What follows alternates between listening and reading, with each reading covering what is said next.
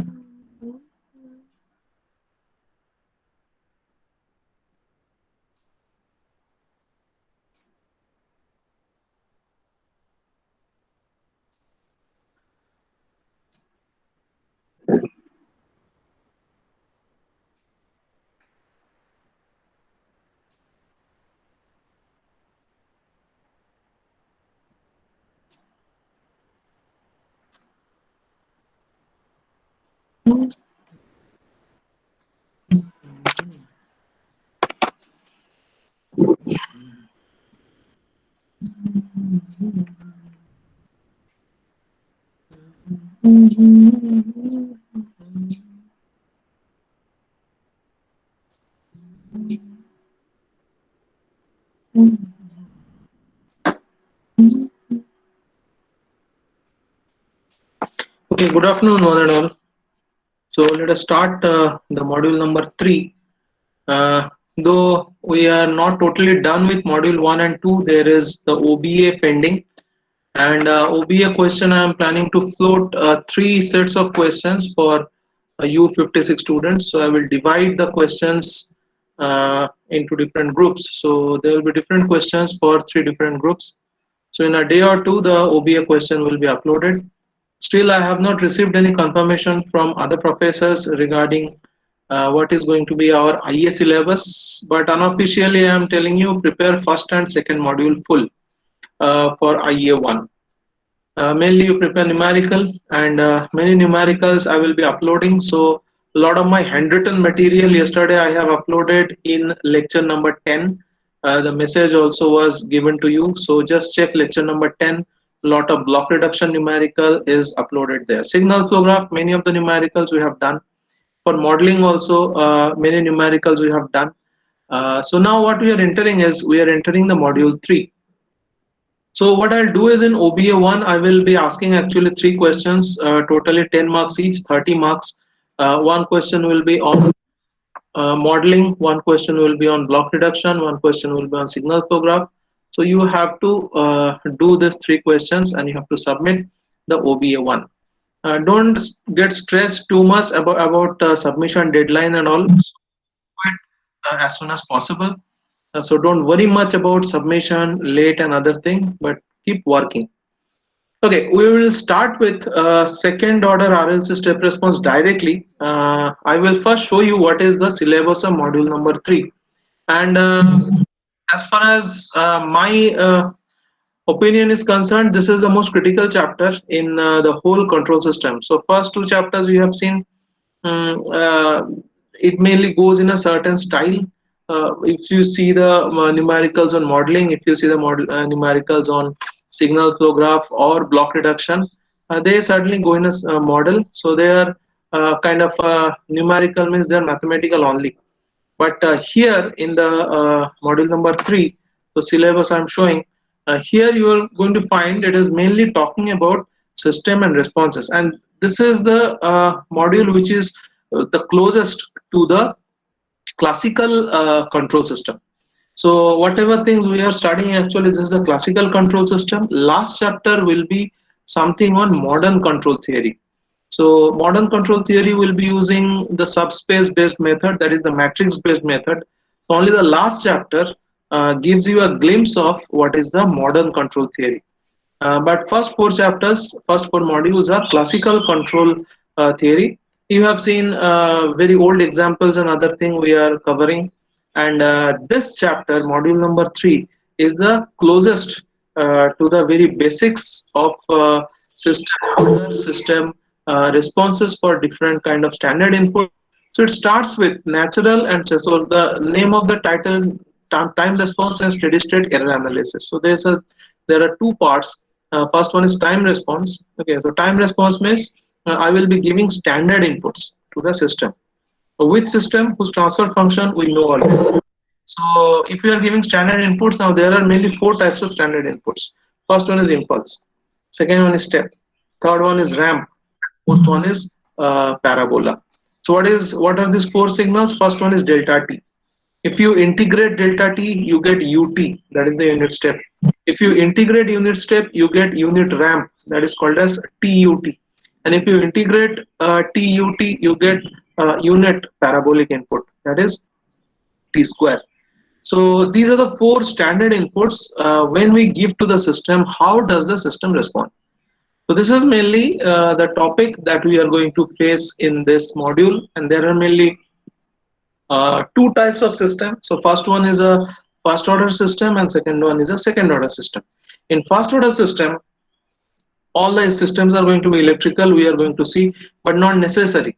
Okay, we know electrical system well, that's what I'm giving you electrical system. But in exam I can ask you about mechanical system as well.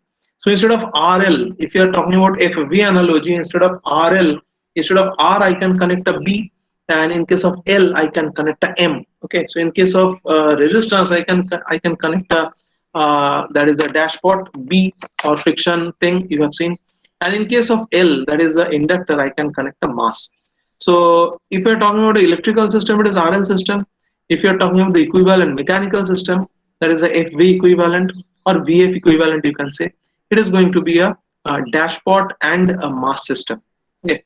Uh, Whatever you are doing with RL system, the treatment will be same for BM system, and responses type also will be same. So you have to understand this, that not possible for us to do every system in the whole world, that is mechanical system, hydraulic, pneumatic, all the systems separately we cannot do. But yes, if you are doing the first order RL system or first order RC system, whatever is the understanding, okay, so that propagates to the other domain first order system also. Now we have already done it. If you see the first part, that is natural and step responses of first order RL and RC system, we have seen what is the kind of responses during our lab. And I told you theory, but I did not enter too much into mathematical domain.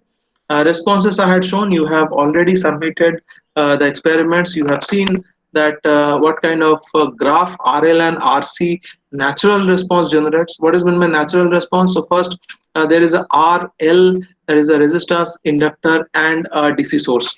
Okay, so they are initially connected. Now resistance and inductor current is flowing through that, and then what you do is you disconnect the supply and connect the R and L in one loop and check how the current decays through the RL circuit. If you are checking out RC system, natural response, the same thing we do. That is, we connect a DC supply to the RC system. We allow the capacitor get charged through resistance, and when it is enough charged, then what we do is we remove that supply from the RC circuit. So R and C was in series. Now what we do is R and C, we make a loop kind of a thing. So what we find is this capacitor actually discharges through the resistance. There are few cycles and all these things. After that the capacitor gets discharged maybe.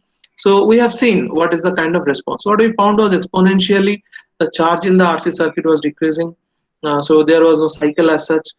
If we say about RL circuit, the current was decreasing exponentially and it was decaying, and after a certain time it was going to zero. So the curve was exponential and it was e raised to minus 80 kind of a thing. So there was a concept of time constant. The time constant for RLC circuit is L by R, unit is second. For RC circuit, it was R into C, the unit was second. So I gave you one homework that nobody has done, that is L by R, that is Henry divided by Ohm. How can it become second? Okay, so that you had to do. And RC, that is Farad into Ohm, how can it become second? That also you are supposed to find out. So please take this as homework and solve it and upload to the WhatsApp group if you want, or you can send the pic to me. I will correct it. Fine. So this was a natural and step response of first order RL and RC systems. We know it somehow. Okay. I'm not going to leave this topic, and derivations and all these notes are already given to you. So mathematical proof of that thing is part of self-learning topic. So we will see that in detail. Already we know the responses, but a lot of numerical and a lot of more understanding will be done on that RL and RC, natural response and step response. So whenever you are saying natural response and step response, x-axis is always time. So you can take any system, let it be RL circuit, let it be RC circuit, or let it be second order RLC circuit. Now there is coming always the knowledge of order. What is meant by order? So if you see RL and RC, there is only energy storing element one, that is RL circuit, only one energy storing element, that is inductor. RC circuit, only one energy storing element, that is capacitor. In that case, we are saying that order of the RL or RC system is 1. If I'm saying RLC, in that case, inductor and capacitor both are energy storing elements. In that case, order of the system is 2. Now, today we are going to see if it is RLC circuit, what is going to be its step response. Very important understanding. There are a lot of time parameters, that is rise time, delay time, settling time, peak time, and peak overshoot. All those things we will see today. Okay, and tomorrow morning we are going to generate all those outputs for different damping conditions during our MATLAB session tomorrow morning. So as we are going to have the lab session, hence I am starting with second order RLC circuit step response. And 4 experiments we have done. This is going to be our 5th experiment, that is unit step response for second order RLC circuit. That's why I'm directly giving stress on the second order RLC circuit step response.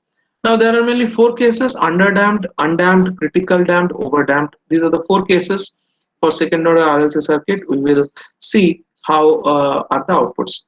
Then there will come a very important thing. Already I have told you a few things about it. Steady state error, error constant, related numerical for type 0, type 1, type 2 and type 3. So type is a concept which I have to tell you. So very shortly, I had told you that GS into HS. GS is the forward gain, HS is the feedback gain.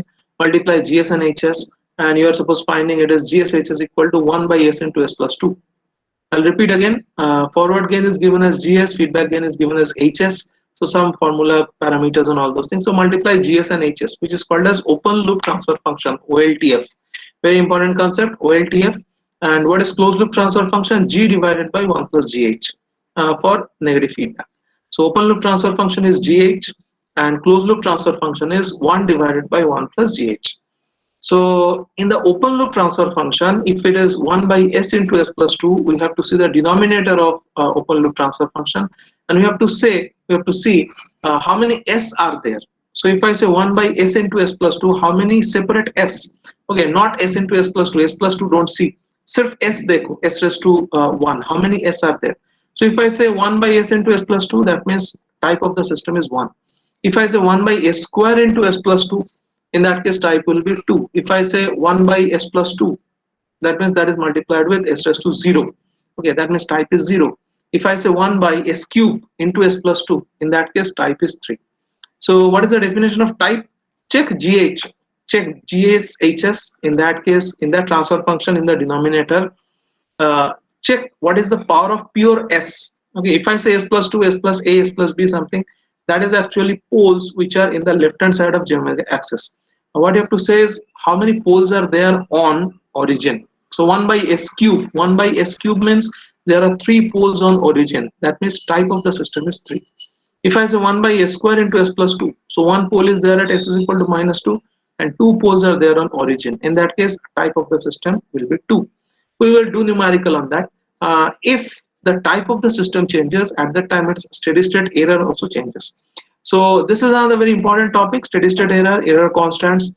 There is Kp, Kv, Ka, all different error constants are there, and related numerical for type 0, 1, 2, 3, etc. So on this type you can expect 10 to 15 marks of questions, and on this top part you will expect around 25 marks questions. Okay, and there is also case study. So on case studies also, every chapter questions will be asked.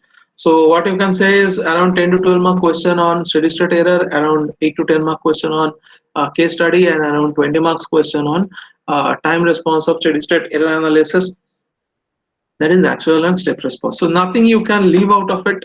Everything is very important.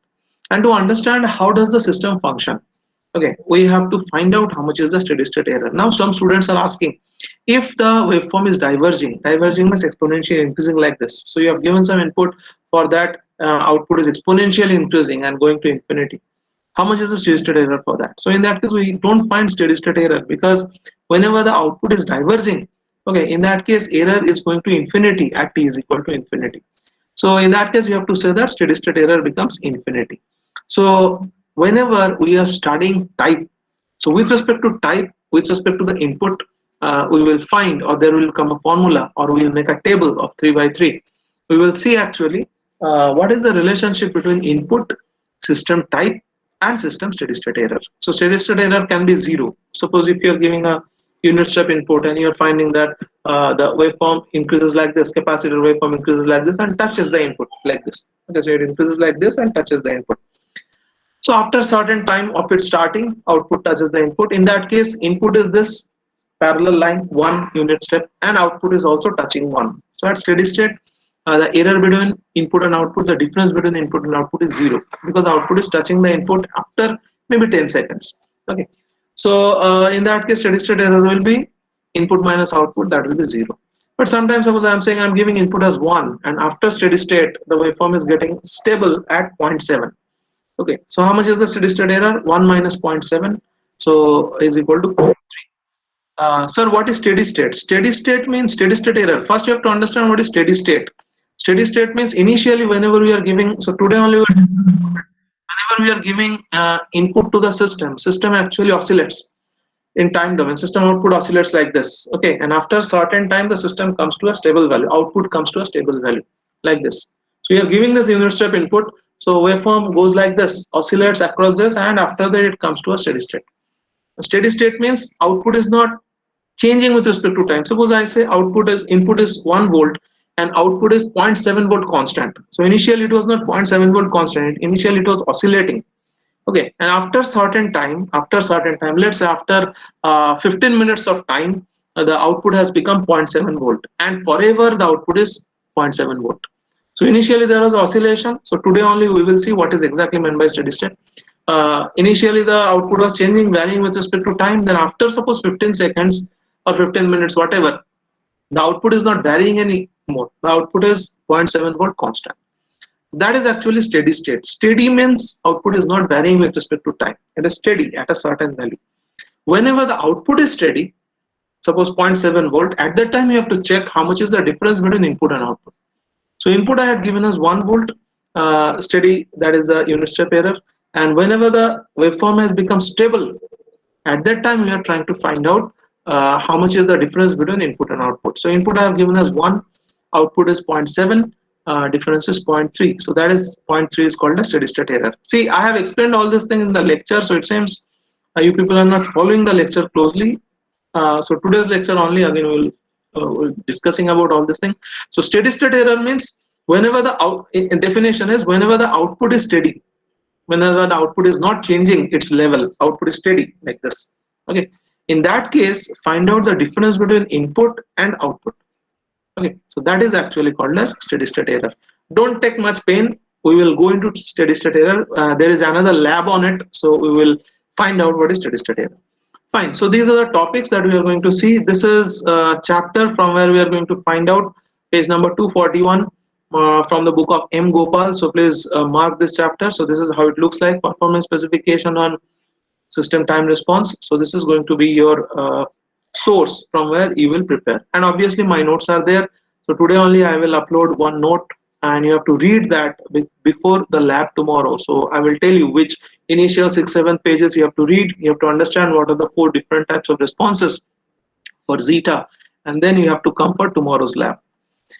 Okay, so there is a theory here which says somewhat like recall the basics of feedback. So they're explaining actually time domain response, but what is time domain response? Time domain response is actually I'm giving 4 inputs. I can give 4 inputs because why 4 inputs I'm giving? So that is what they have explained here. So please go through this understanding. It is on page number 241, book of M. Gopal, module number 6. So recall the basic feedback system. This is given here. So this is the input given and this is the WS. WS is the disturbance. So whatever output YS is there, that is actually dominated by input, that is the set point and the disturbance. So what is the control objective? Control objective is that the output Y should follow the input R. So if I'm saying room temperature should be 20 degree, the output should be actually 20 degree. And if there is some any external disturbances, suppose you are talking about room temperature 20 degree, sudden open and closing of the door, okay, maybe rotation of the fan, somebody who opens the window. So all these are disturbances which takes the temperature away from the set point. So even if there is any kind of temperature disturbance or anything, output should not get varied. Okay, so output always should stick to the input. So that is what they are saying. Control system objectives are that the output should follow the input whenever the disturbance are to be ignored. So the disturbances should not disturb the output. So output should always be following the input. So performance criteria must have to do how well these two objectives are attained. So how good a controller is, how do we know that a good controller, any variation comes in the controller that will be negated or that will not be taken into account, output will always be following the set point. This is a best example. But what we find is for different controllers, they have explained some 3-4 cases which are already explained in the earlier modules. We don't know exactly what is the kind of output, what is the kind of input. Let's say a radar system. A radar system, what is the kind of input? So there may be different pulses, there may be different tracking, position, speed, azimuth, elevation, all those things. So we don't know exactly what is the kind of input. Okay, hence we cannot model for the radar system. Likewise, so if there is a contouring machine control means you can say it's a CNC machine kind of a thing which is actually generating some track or PCB making kind of a thing. Okay, in that case we don't know what is the input. So certain times we cannot estimate the system performance because we don't know exactly what kind of input it is. I will give you a very simple example. I am taking interview and 5 candidates come to me. So let's say 5 candidates means 5 different models, 5 different systems, and I am asked to take the best out of this 5. Okay, who is most suitable for the job? If I ask different set of questions to all these 5 people, their responses will be different, and from that I cannot understand who is the best. So what I have to do is I have to first prepare a good set of questions, and the same question I have to ask to all these five people, and I have to check whose response is most suitable for the job. Okay, so 5 systems and same input given to all these 5 systems, and check what are the response for all the systems and which response is most suitable to my work. अच्छा बुरा बोल के कुछ नहीं होता. Whatever is my motto, whatever is my objective, whose vision is aligned with my objective, and that person I will choose. So hence here also the same thing is saying that if we are testing some 4-5 different systems which are explained here, and if I am giving different kind of input to them, and if I am trying to find out which system is best, that is not the proper way. So what is the proper way? Give some standard test signals to all this system inputs, and then check their response, and then compare their response. From there we can find out which system is best. Which are the standard test inputs? It is written here. So this approach has been successful for a number of reasons. What is that approach? It is common to base performance evaluation on system response to simple standard test signals. Okay, so it is base performance evaluation. That means 5 different systems are given to us. You want to find out which system is best in control, which system is fastest, which system is most responsive, all those things you want to find out. So how to check, how to compare the performance of all 5 systems? So it is common to base performance evaluation on system response to simple standard test signals. So give the same test signal to all these 5 different systems and check what is the fastness, what is the control characteristics, how well they are following the input, all those things. Check for all the systems. And which are the standard inputs? It is called as impulse, it is called as step, it is called as ramp, parabola, and sine wave. So that's why whenever we are studying control systems, mainly we are studying about this 4-5 responses. Already 2 responses we have seen in experiment number 3. First one is called as impulse response. What is meant by impulse response? First give it to some input, connect some input to it, and then after certain time remove that input. What was the input? Input was the impulse, and after certain time remove the input and check how the response deteriorates or how the capacitor or inductor charge, it degrades and comes to zero. How fast or how slow? So that is actually impulse response of the system. What is meant by step response? You give unit step input to the system. Unit step input you give to the system. What is unit step input? Like this. So it's a kind of a sudden jerk you give to a system and see how the system responds to it. Or you give a linear ramp like this, okay, linear ramp of slope 1. Okay, slope 1 means yt is equal to t. So x is 1, output is 1 volt. That means after 1 second, output is 1 volt. After 2 second, output is 2 volt. After 3 second, output is 3 volt. After 4 second, output is 4 volt. That means yt is equal to t. Okay, or you give a parabola. That means t square. Okay, t square by 2 actually we give. So these are actually standard inputs. You give it to the system and then check how does the system respond. So this common performance evaluation for system gives some standard test signals such as impulse, step, ramp, parabola or sine wave. This approach has been successful for a number of reasons. What are the reasons? The characteristics of actual signals which severely strain a control system. Strain means it is testing how the control system or how the system is behaving to all these inputs. What are the inputs? Sudden shock. Sudden shock. That means for a very small time, apply a sudden high amplitude of energy to the system. So like hitting a cricket ball or kicking a ball or something, or give a punch or something. So that is an impulse kind of a thing you are giving to the system. So give an impulse input to the system, see how it works, how the system responds to it. Give a sudden change. So step is like this. Exactly at one point t is equal to 0. Suddenly the waveform is going up and staying there for a longer of time.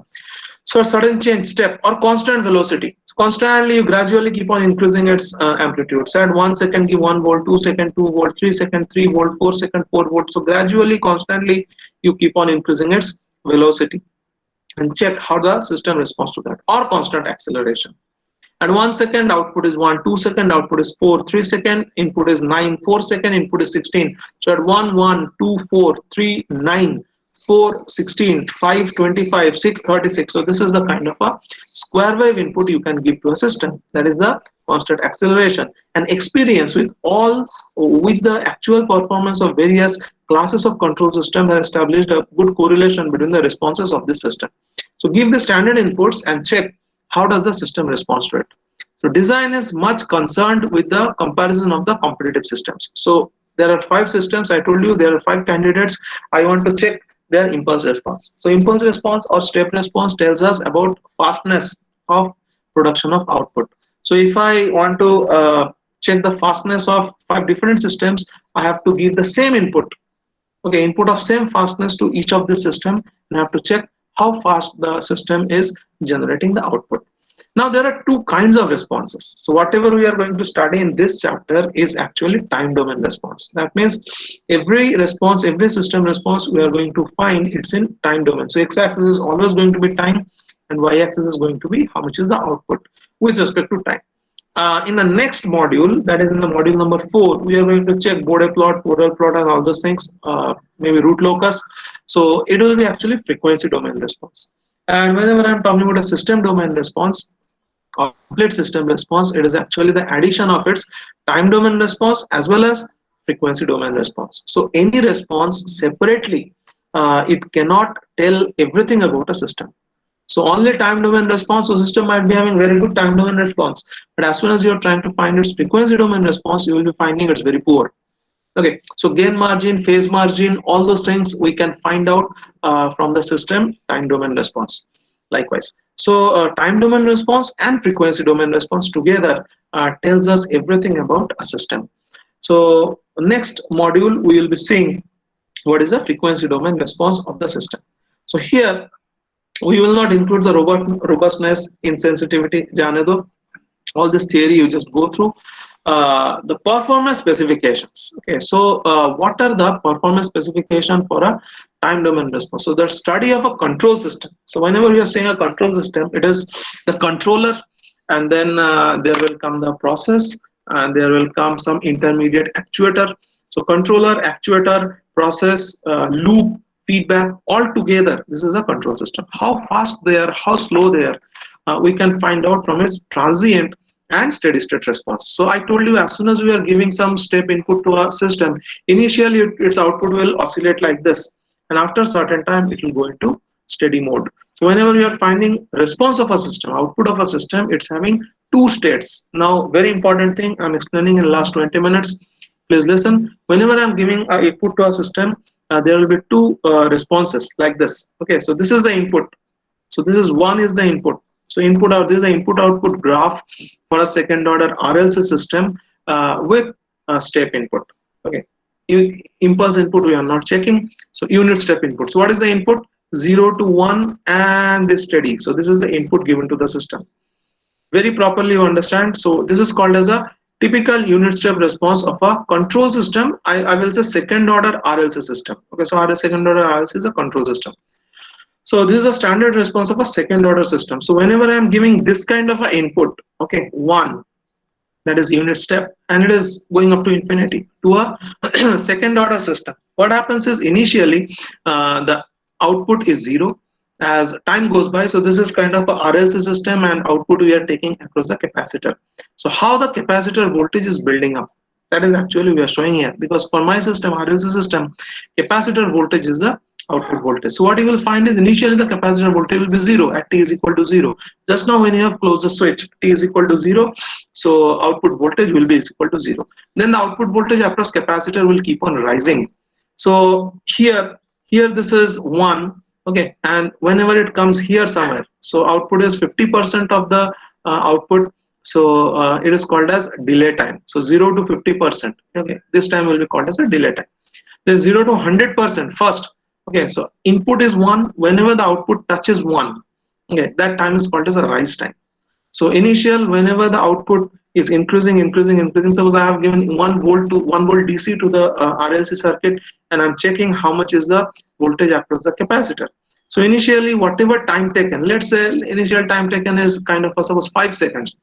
In 5 seconds, the capacitor voltage reaches to the 50%. That is 0.5 volt. That means this RLC system is having delay time of 0.5 volt.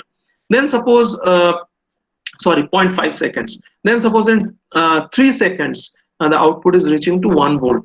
Okay, that means rise time is 3 seconds. So after 0.5 second, suppose 2 seconds the output reaches to 0.5 volt. That means 2 seconds is delay time 50%, and after 3 seconds the output reaches to 1 volt. That means rise time is 3 seconds. But what we are finding is the output is not stopping. This is a very important critical kind of a thing.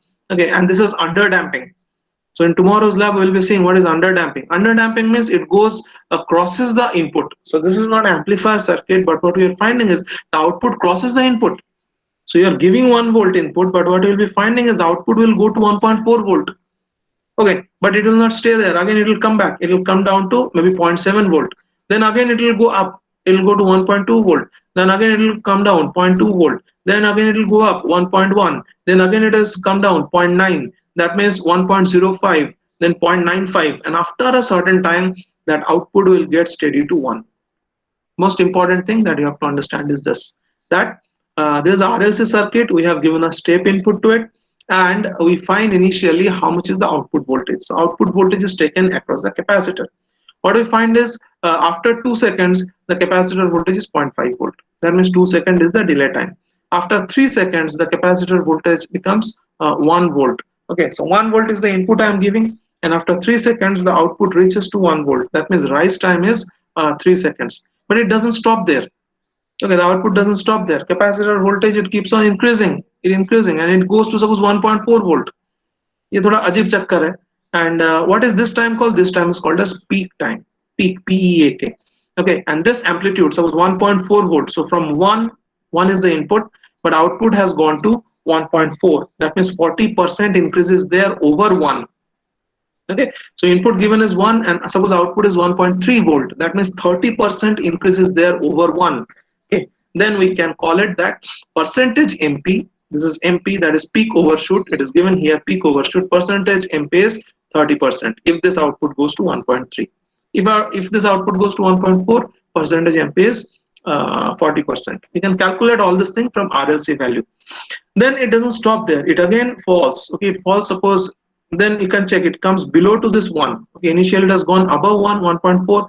Then it comes down to 0.7. Okay, then again it oscillates. It goes up. Okay, it goes up means suppose it goes to 0.8. and again it falls to, let's say, 1.2, then it falls to zero point 0.8, then again it goes up 0.9, again it falls, let's say this is 1.1, this is 0.9, and again 1.05, then 0.95, and after a certain time the output gets steady to the value of 1. So all these are initial transients, all these are initial up down up down up down, and after those initial up down up down up down, then the voltage comes to the steady state value. So let's say after this point, so at this point the output touches 1 and it stays 1 only. So output is also becomes a DC, but after this point, okay, that means from here starting when the output started generating, and here the output has become 1, that is same as the input. So this time is called as settling time. So settling time means exactly not that. Tomorrow I will give a different definitions of settling time. So what is meant by settling time? When the output becomes stable, then output value is not changing, and not necessarily in this case you are finding that input is also 1 and output is also getting steady at 1. Okay, this black waveform you can see they have not shown after this, but I'm saying that okay, after 1 to more undulations it gets steady to 1. Okay, so input is equal to output. If input is equal to output, that means steady state error is equal to 0. Okay, that means output is also 1 volt, input is also 1 volt, so steady state error in this case is equal to 0. Okay, but if sometime happens that this is oscillating and the steady state is getting steady state at 0.8, let's say, not necessarily every time it will touch this 1, sometime it will be going up down up down up down, and it will get steady at 0.8. So in that case input is 1 but output is 0.8. How much is the difference between that? 1 minus 0.8, that is 0.2. So what is 0.8? 0.8 is the steady state value. 1 is the input value. Input minus steady state is called as steady state error. In this case, as input is equal to output, that means steady state error is equal to 0. But in every case, it won't be like that. Okay, input is 1 and output is 0.8. So steady state error is 1 minus 0.8, that is 0.2 volt. All those things we will calculate. Now for any given system, how much is rise time, how much is delay time, how much is peak time, how much is peak overshoot, how much is settling time. Now there are two different kinds of settling time. One is called as 2% settling time, one is called as 5% settling time. So all those definitions we will be seeing tomorrow. And before that, so here also there is another definition, tolerance band and all, we will see tomorrow. So this is called as a 5% tolerance band. That means here the oscillation is between 0.95 to 1.05. So we'll see what is that. Okay, so the settling time understanding is little difficult. Here they are saying what is meant by steady state response. Here you check that this is the input. Okay, the input is going like this unit step, and output is oscillating like this. Output is oscillating, and here you check output is same as input. That means for this system, ESS stands for steady state error. So for this system, steady state error is equal to 0, because this is the input unit step, and output is first going above unit step, again below. So this part is called as transient part. This part is called as transient. So up till this, so from starting up till this part is called as transient part. Okay, either system के साथ energy का कशमकश चल रहा है. Okay, there is a fight kind of a thing, and after this point, whatever input we are giving, that is getting same as the output. So after this point, output is steady. Output is steady as same as the input, 1 volt, because this is the step input. So from this point initial up to this point, this time is called as settling time. Okay, so from this point up to this point, whatever is the time, this thing is called as a rise time. Okay, and suppose this height is 1, so from this point up to this point when the output is 0.5, this time is called as a delay time. And from here to this peak, okay, suppose the peak is 1.4 volt, so how much time the output took to reach to 1.4 volt, this thing is called as a peak time, TP, likewise. And in this case you are finding the steady state error is equal to 0. Why? Because the output has reached to the input. Not necessarily every case it will become like that. You can find here. Okay, so this is a case. Don't see what is written below. Okay, suppose output is like this. So output is like this. You have to assume that we have given a unit step input. This diagram may be different. I'm just giving you a case. Suppose there is a system response. So I'm giving you the input. Input, suppose I have given us 2 volt. Not necessarily every time I have to give unit step response. I can give 2 volt. So in input I have given us 2 volt. You are finding that output is going above 2. That means suppose 2.8. Again coming below and oscillation and all, and output is getting steadied at 0 volt. So this is the settling time. So after that the system output is 0. Okay, now input is 2 volt, input is there, and output is 0. Okay, so input minus output, 2 minus 0. So how much is the steady state error? 2 minus 0, 2 volt. This you have to see. So at steady state, what is the system output? Subtract that value from the input to the system. Whatever is the difference, we call that as steady state error. Don't worry, we will do some more study on it. How to find steady state error for a step input, let's say. Okay, so this is a step input is this, whatever I have explained. How to find the steady state error for a ramp input. Now ramp input means it is an unbounded kind of input like this. This is an unbounded kind of input. So it is going up, up, up. At t is equal to infinity, output will be infinity like this. At t is equal to infinity, input also is going to be infinity like this. So in this case, how to find steady state error? So steady state error in this case, and this is the output. This dark line is the output. Okay. So initially there is some oscillation, and after it has got settled, and it is following. So input and output. So the left line is input and the right line is output. So if you are doing the experiment number 4, whatever assignment experiment I have given, there you are going to get this kind of a response. Okay, and for this kind of a ramp input like this, for this kind of a ramp input, you are going to get this kind of a response. In that case, you cannot go up to t is equal to infinity to find steady state at any input. Let's say you can find out how much is the steady state error after 5 seconds. So after 5 seconds, suppose you are finding input should be 5, because this is ramp means yt is equal to t. So this is having slope 1. So at 1 second out input is 1, 2 second input is 2, 3 second input is 3, 4 second input is 4, and 5 second input is 5. But this is the output, which is not entirely exactly yt is equal to t. This is showing some kind of dead time and these and that and lagging, and then it is going up to this. So output is maybe 3 volt. Okay, so at t is equal to 5, output may be 3 volt, and at t is equal to 5, output input may be 5 volt. So 5 minus 3. So in that case, you have to say it is not steady state error, but you can say ESS at t is equal to 5 seconds. So steady state error at t is equal to 5 seconds.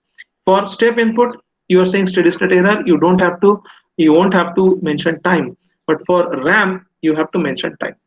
Okay, so after t is equal to 5 seconds, input is 5, output is 3. So steady state error becomes 5 minus 3. It is equal to 2 volt. Okay. Now after 100 seconds, somebody wants to say, suppose 100 seconds you are finding input will be 100 and output maybe it is equal to 37. Okay, so 100 minus 37. In that case, steady state error will be 63. Likewise.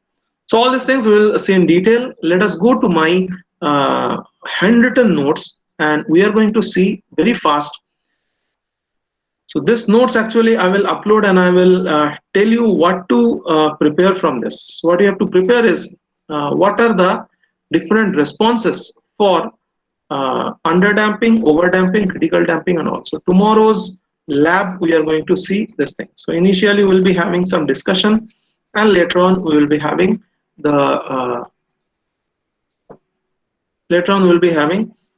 detailed analysis, and we will generate these graphs, and we'll find out exactly how these waveforms are generated. So I think my node PDF is visible to you. So first I am showing you a first order system and how to find out its response. So you can find this is the input voltage and this is R and C. So output voltage is taken across capacitor.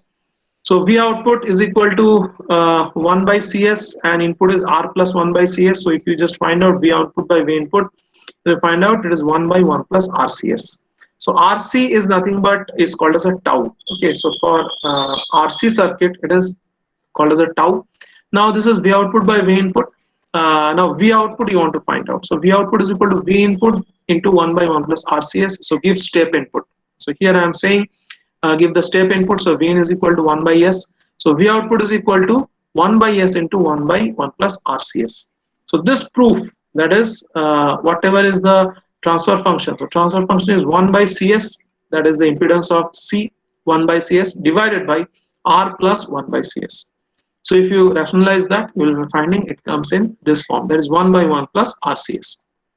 Then give step input to it. Okay, so this first page is very much important. It's a 15-page note and it's a gold mine. Everything in this 15-page note you have to understand. Okay. So this for the first order system, RC system. Same you can do for RL system. So what is this? This is called as step response for RC system. Then you give input. So V output is V input into 1 by 1 plus RCS.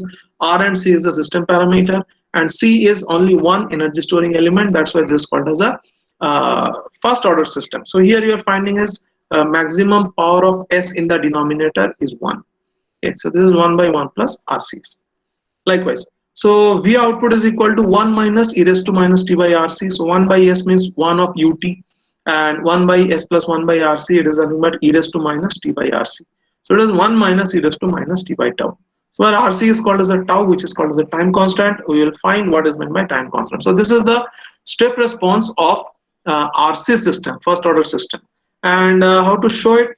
So this is the response. So this is unit step given to the system, and this is how the graph of 1 minus e raised to minus t by RC look like. So I think you have plotted it already in the experiment number 3.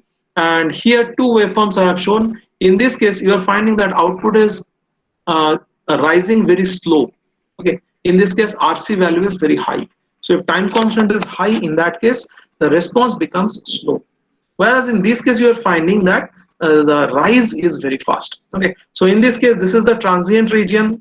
Initially, this is the transient region because here the output is changing with respect to time, and somewhere here this is called a steady state response. So after this, the output will touch the input and it will extend like this. So output becomes 1 at this point and keeps on increasing. Here also you are finding, but the output touches the 1 very fast in this case. Okay, so in this case you are finding that tau is small. Okay, and in this case you are finding that tau is very big. So in this case tau is large. So as tau is large, system is slower. In this case tau is small. That means R into C value is small. That's why system rises fast. So if you want a fast rising system, you have to keep R into C value less. You want a slow rising system, you can keep R into C value high. Okay, so depending on what kind of response we want, we can design it. Now I am coming for second order system. So first order system we will discuss later on. So first let us complete this second order system. So this week 2-3 lectures plus lab we will give to understand second order system better. And we have seen this system quite a lot of times. So RLS 1 by CS, you are writing the equation. So V in is equal to R plus LS plus 1 by CS into IS. And how much is the output? Output is nothing but 1 by CS into IS. So like this. So V output by V input, output taken across capacitor. So it is 1 by CS into IS divided by R plus LS plus 1 by CS. Now if you are rationalizing it, it's very simple derivation, so don't worry about it. I'll post these notes to you today. So if you're just rationalizing it, what you're finding is it is 1 by LCS square plus RCS plus 1. From there, I told you that denominator, whatever is the highest power of S. So here highest power of S is square. That means this is a second order system. And we can find here it is LCR circuit. There are only 2 energy storing elements. Hence, the order of the system is 2. So transfer function and fundamental, they should match with each other. So divide numerator and denominator by LC. So what you find at the numerator is 1 by LC, S square plus R by LS plus 1 by LC. Please remember this equation thoroughly by heart. Okay, so how to get it and what is the equation? So transfer function of RLC circuit, it is 1 by LC divided by S square plus R by LS plus 1 by LC. This is for second order system RLC circuit. V output by V input, where output is taken across capacitor and input is given to the series RLC circuit. So transfer function is 1 by LC divided by S square plus R by LS plus 1 by LC. So you just go through this first 2 pages. Now what is given here is, it's called as a standard second order system transfer function. So the system can be mechanical, system can be pneumatic, hydraulic, thermal, anything.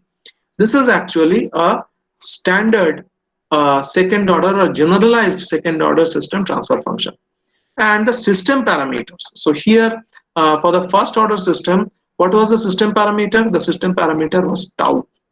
There is only one system parameter in first order system, and there are 2 system parameters in second order system. There will be 3 system design parameter in the third order system. In the first order system, there was only one system design parameter. What was that? Tau. Tau is more, the system value will get very slow or output will get very slow. Tau is less, the system output will rise faster. Samely for second order system, if you are comparing this second order system transfer function with standard second order equation, what is that? omega n square divided by a square plus 2 zeta omega n s plus omega n square. So s is nothing but Laplace, don't worry about that. So there are two parameters we are saying. What is that? One is called as omega n. If you compare these two transfer functions, you are finding that omega n square is equal to 1 by LC. That means omega n is equal to 1 by root LC, or Fn is equal to 1 by 2 pi root LC. So only you do these two pages. We will start from the third page tomorrow. Just compare this actual transfer function with the generalized transfer function. So numerator also you are finding it is omega n square is equal to 1 by LC. That means omega n is equal to 1 by root LC. That means Fn is equal to 1 by 2 pi root LC. You have seen this formula during your study of resonance. What is resonance frequency? 1 by 2 pi root LC. That is actually called as natural frequency of this system. So first thing is natural frequency. What is that? 1 by 2 pi root LC. And second, you have to compare this. 2 zeta omega n is equal to R by L. 2 zeta omega n is equal to R by L. And what is omega n? 1 by root LC. So if you just take this 2 omega n right side and 2 zeta omega n is equal to R by L, omega n is equal to 1 by root LC, all these things if you do, you will find zeta is equal to R by 2 root under of C by L. That means you are finding what is the zeta. Zeta is nothing but deciding the fastness and slowness of output, not same as tau. This is not same as tau, but yes, effectivity is kind of same as tau. So more is the value of zeta. Biggest thing I am telling you now. Just give me 1 minute's time. So first is natural frequency 1 by 2 pi root LC. Second is zeta. Zeta actually is R by 2 root under of C by L. This is actually decides fastness and slowness of output. So zeta is too high, the system response will become slow. Zeta is less, the system response will become fast. So what are the different values of zeta? So I'm finishing my lecture with 4 values. If you having pen and paper, likh ke rakho. First, we have to find out the response of the second order systems for step input, step response for zeta is equal to 0. That is called as an undamped condition. So first we will keep R is equal to 0. That means resistance value 0 kar denge, short circuit kar denge, and we will get zeta is equal to 0. What is the system response? Then we will design the components RLC in such a way that zeta value is around 0.3. So there are 4 values of zeta. First is zeta is equal to 0. That is called as undamped case. Second is zeta in between 0 to 1. That is called as underdamped case. What is the response of the system at underdamped? Third is zeta is equal to 1. That means I will keep R is equal to 2 ohm, C is equal to 1 farad, L is equal to 1 Henry. So 1 will go, R is equal to 2 ohm, so 2 by 2 root under of 1 by 1. What is the value of zeta? Zeta is equal to 1. That is called as critical damping. What is the system response at critical damping? So first is zeta is equal to 0. That means resistance 0 kar denge. Second is suppose resistance tum rakho 0.3 ohm, C is equal to L. So find out how much is zeta. Zeta is equal to 0.15. That is called as under damping condition. Zeta between 0 and 1. Third case, R is equal to 2 ohm, C is equal to L is equal to 1. So zeta is equal to 1. How much is the response of the system? And final case, R value you keep very high. That means zeta value will be very high. So that is called as overdamped system.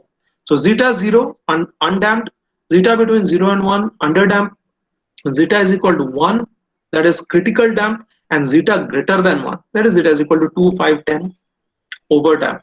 What are these 4 responses? That we will be seeing in tomorrow's lab. And they are very interesting fact.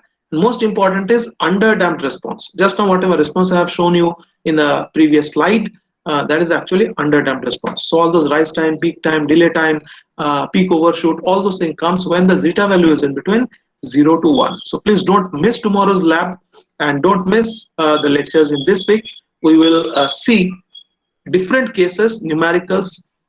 If pole is at S is equal to 0, then what will be its output? It is a step response, right? 1 by S. 1 by S is a step response. Okay, so 1 by S means UT. UT is 1 by S if you take Laplace. So if there is only one pole of the system, 1 by S, its impulse response will be a step like this. If you don't understand, you can talk to me later on. You can give me a call. Okay, so this is the second page I'm only doing. So tomorrow I'll start from third page. You please leave the meet. It's already late. Thanks for joining. Bye.